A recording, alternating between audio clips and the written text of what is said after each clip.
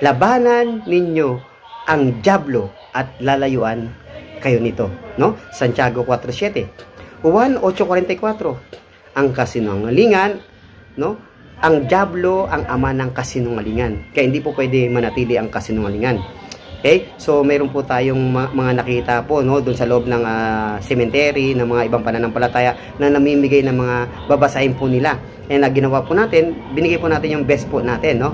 Para sa ganon, i-explain po sa kanila yung tama na hindi nyo po dapat ginagawa dito, mamigay ng mga flyers dito sa loob ng Catholic Cemetery, no? So ito po, ano ko po sa inyo, ikwento ko po sa inyo yung nangyari. So pakinggan nyo po, maraming salamat po. God bless po sa inyo lahat. So yun, mapagpalang araw po sa inyong lahat, mga kapatid kong Kristiyanong Katoliko and totoong born again, no? So may i-share lang po sa inyo, mga kapatid kong Katoliko. Actually galing po ako dun sa sementeryo, Catholic Cemetery, na kung saan nag-ano po kami ng misa doon, and then nag-bless po, no, sa bawat nicho po doon. And yun po, may nakita po tayo na ibang pananampalataya na namimigay po sila ng mga babasahin po nila. And tayo naman po, ang ginawa po natin, so dahil malinaw po sa kaisipan natin na ito po ay Catholic Cemetery, na kung saan ito po ay pagdiriwang po natin bilang mga Kristiyanong Katoliko, dun po sa mga mga patay po natin, tayo po ay nagdadasal doon.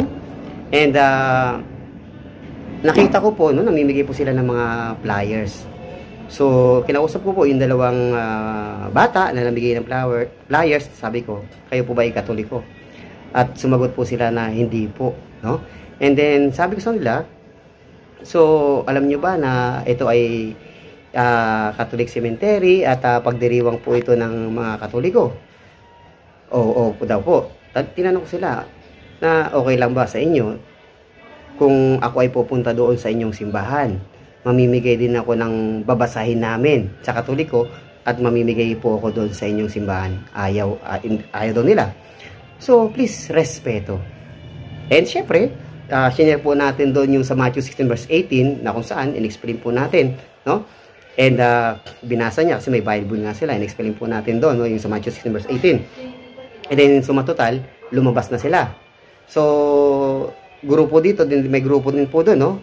Kabataan. And then nakita po ng ibang grupo doon sa may kabilang side na kinakausap ko yung kasama nila. So yun nga, umalis na rin sila, lumabas. And then may nakita na naman po ako habang nagbe-bless po ako sa mga nicho. May nakita naman po ako babae. So matandang babae. Habang yung mga kapatid po natin ng mga Katoliko na nag-ano po doon, nag-pray doon sa mga patay po nila, nai-interrupt. No? Kasi itong ibang sekta na ito nagbabasa ng Biblia, so malakas ang boses, and then tayo, nadaanan natin siya, kinausap ko. Sabi ko sa kanya, good morning po. Tinanong ko siya, Katoliko po ba kayo? Sinagot niya ako, hindi. Sabi ko gano'n, yung Biblia po ba na binabasa niyo o ginagamit niyo, ito po ba may imprimatur at saka nail of touch? Wala daw. Sabi ko, kami po mga Katoliko, ang binabasa po namin yung Biblia, yung kailangan po may nail of touch at saka imprimatur. So kung wala po, please lang po, respeto po. Kasi unang-una, ito po ay Catholic Cemetery at pagdiriwang po ito ng Katoliko. Ngayon, tinanong ko ulit siya, katulad lang din ng tanong ko dun sa dalawang namimigay ng flyers, no? Sabi ko, okay lang po ba sa inyo? Pupunta ako sa simbahan ninyo, mamigay po ako ng flyers po namin, babasahin po namin dito sa Katoliko. Ayaw niya. Sabi ko sa niya, meron po ba kayong cellphone? So, paki-search po dyan sa cellphone nyo, who founded the Catholic Church? Sasagutin po kayo ni Google. Si Jesus Christ. And then, ang dahil nyo pang sinasabi. Sabi ko, wala pong problema sa mga verses na mga sinasabi nyo. Ngayon, sabi ko sa kanya, kami po mga Katoliko, hindi po kami nagdadasal sa patay.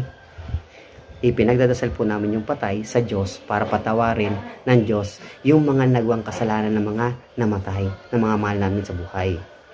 Kaya please lang po, respeto naman po sa amin. Kasi, tingnan nyo po, hindi po sila nakakapagdasal ng maayos kasi dahil po sa inyong pag-share ng Bible. Okay? So, marami pa sana akong sasabihin sa kanya. Kaya lang, umalis na rin po siya kinalaunan. Salamat sa Diyos, no? God is good talaga, no? Dahil talagang nagkaroon siya ng respeto. Gawa din ng sinabi natin na respeto naman sa amin mga Katoliko. Kasi kung gagawin din namin yan, I'm sure, hindi mo rin magugustuhan at ayaw mo rin na gawin namin yan sa'yo. Amen?